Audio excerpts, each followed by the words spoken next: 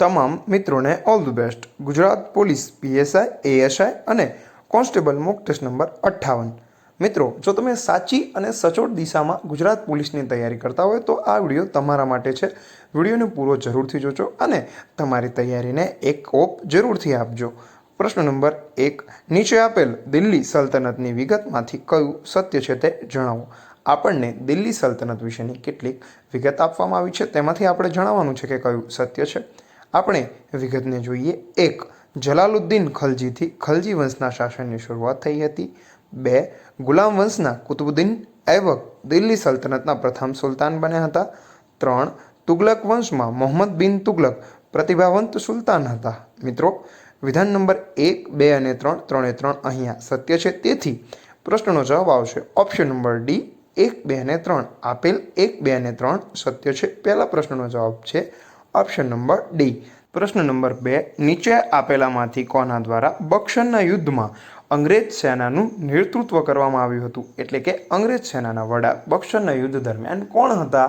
તો પ્રશ્નનો જવાબ આવશે બી, હેક્ટર મુનરો। બરોબર છે મિત્રો, હેક્ટર મુનરો બક્સરના યુદ્ધ દરમિયાન અંગ્રેજ સેનાનું નેતૃત્વ કરનાર વડા હતા। ત્યારબાદ પ્રશ્ન નંબર 3, નીચે આપેલ વિકલ્પોમાંથી અસત્ય વિકલ્પ શોધીને જવાબ આપો।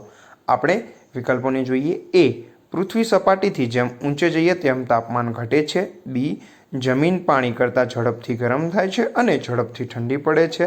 સી, મહાસાગરોમાં માત્ર ઠંડા પ્રવાહો વહે છે।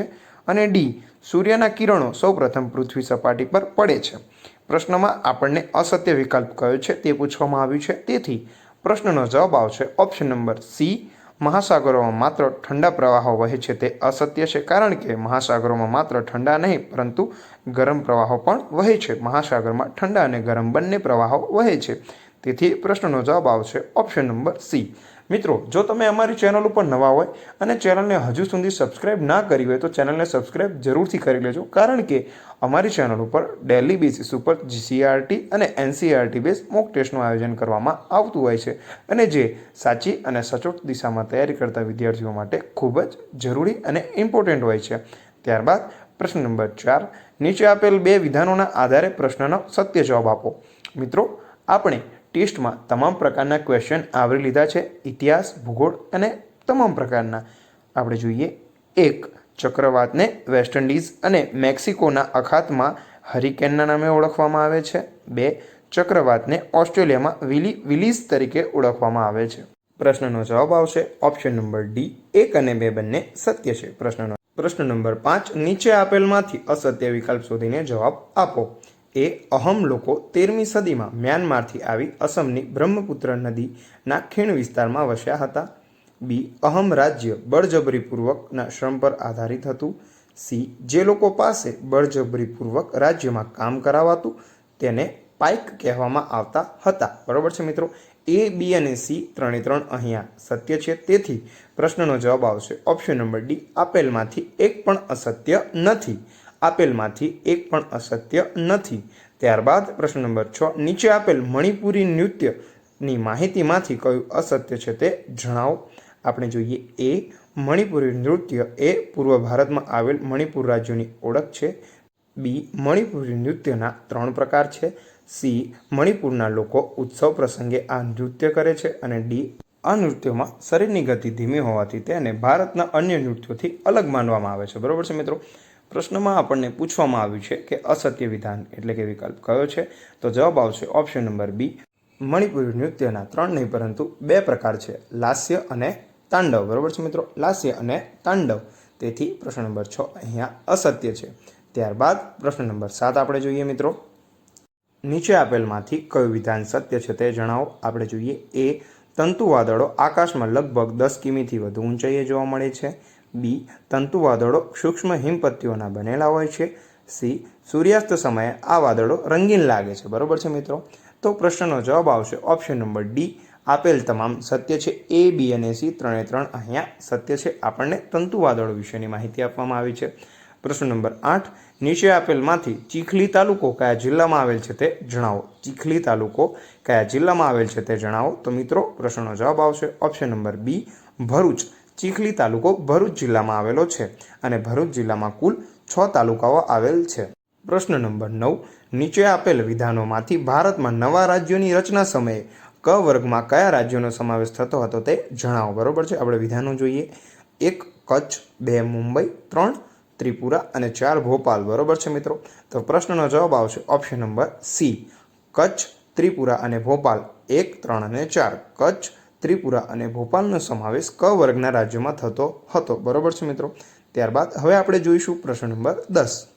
ભારતમાં ક્રાંતિકારી પ્રવૃત્તિઓની શરૂઆત કોના દ્વારા કરવામાં આવી હતી તે જણાવો. ભારતમાં ક્રાંતિકારી પ્રવૃત્તિઓની શરૂઆત કોના દ્વારા કરવામાં આવી હતી તે જણાવો. તો પ્રશ્નનો જવાબ આવશે option number B, Vasudev Balwant Phadke દ્વારા. બરોબર છે મિત્રો. વાસુદેવ બળવંત ફડકે દ્વારા ભારતમાં ક્રાંતિકારી પ્રવૃત્તિઓની શરૂઆત કરવામાં આવી હતી.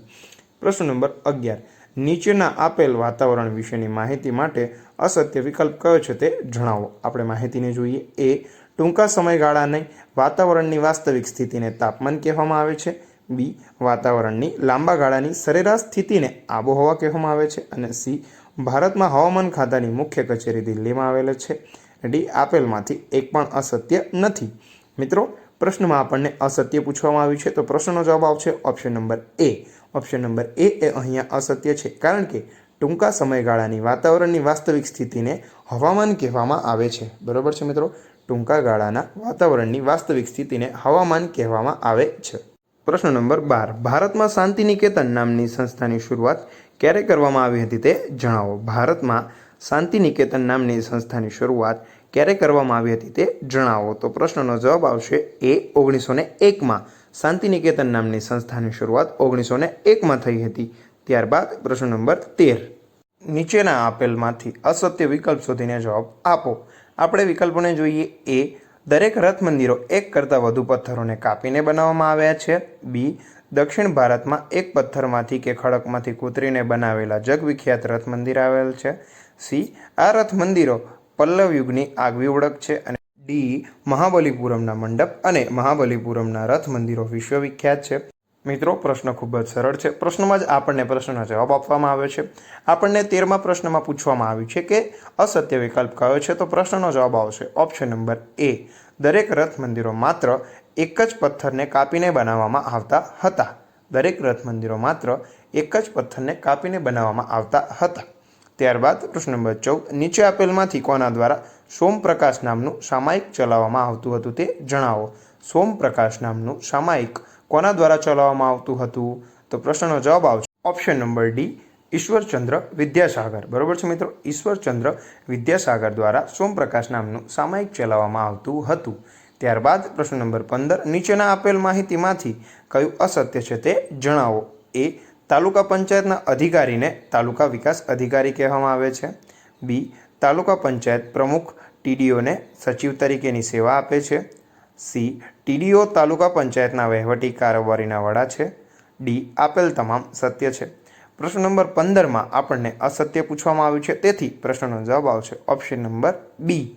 બરોબર છે મિત્રો. ઓપ્શન નંબર બી અહીંયા અસત્ય છે, કારણ કે ટીડીઓ તાલુકા પંચાયતના પ્રમુખને સચિવ તરીકેની સેવા આપે છે. ટીડીઓ તાલુકા વિકાસ અધિકારી તાલુકા પંચાયતના પ્રમુખને સચિવ તરીકેની સેવા આપે છે. ત્યારબાદ પ્રશ્ન નંબર 16, નીચે આપેલ માહિતીમાંથી કયું સત્ય છે તે જણાવો. એ, જીવાવરણ પૃથ્વી સપાટીથી લગભગ 10 કિમી ઊંચાઈ સુધી ફેલાયેલું છે. બી, સાગર સપાટીથી લગભગ 4 કિમી ઊંડાઈ સુધી મોટાભાગની જીવસૃષ્ટિ આવેલ છે. મિત્રો, પ્રશ્નનો જવાબ આવશે ઓપ્શન નંબર ડી, એક પણ સત્ય નથી. 16મા પ્રશ્નનો જવાબ આવશે ઓપ્શન નંબર ડી, કારણ કે જીવાવરણ પૃથ્વી સપાટીથી લગભગ 26 કિમી ઊંચાઈ સુધી ફેલાયેલ છે. સાગર સપાટીથી લગભગ 9 કિમી ઊંડાઈ સુધી મોટાભાગની જીવસૃષ્ટિ આવેલ છે. પ્રશ્ન નંબર 17, આંતરરાષ્ટ્રીય બેંક દિવસ ક્યારે ઉજવવામાં આવે છે તે જણાવો. આંતરરાષ્ટ્રીય બેંક દિવસ ક્યારે ઉજવવામાં આવે છે તે જણાવો. પ્રશ્નનો જવાબ આવશે 4 ડિસેમ્બર. 4 ડિસેમ્બરના રોજ આંતરરાષ્ટ્રીય બેંક દિવસ ઉજવવામાં આવે છે. પ્રશ્ન નંબર 18, નીચે આપેલ બંધારણ સત્તાની યાદીમાંથી કયું સત્ય છે તે જણાવો. એ, ઉપરાષ્ટ્રપતિ રાષ્ટ્રપતિ તરીકેની ફરજ માત્ર 6 મહિના સુધી બજાવી શકે છે. બી, ઉપરાષ્ટ્રપતિ રાષ્ટ્રપતિ તરીકેની ફરજ બજાવે ત્યારે તેઓ રાષ્ટ્રપતિ તરીકે મળતા પગાર ભથ્થા સવલતો વિશેષ અધિકાર ભોગવે છે. સી, ઉપરાષ્ટ્રપતિ હોદ્દાની રૂએ રાજ્યસભાના સભાપતિ હોય છે. બરોબર છે મિત્રો. પ્રશ્નનો જવાબ આવશે ઓપ્શન નંબર ડી, આપેલ તમામ સત્ય છે. એ, બી અને સી ત્રણે ત્રણ અહીંયા સત્ય છે.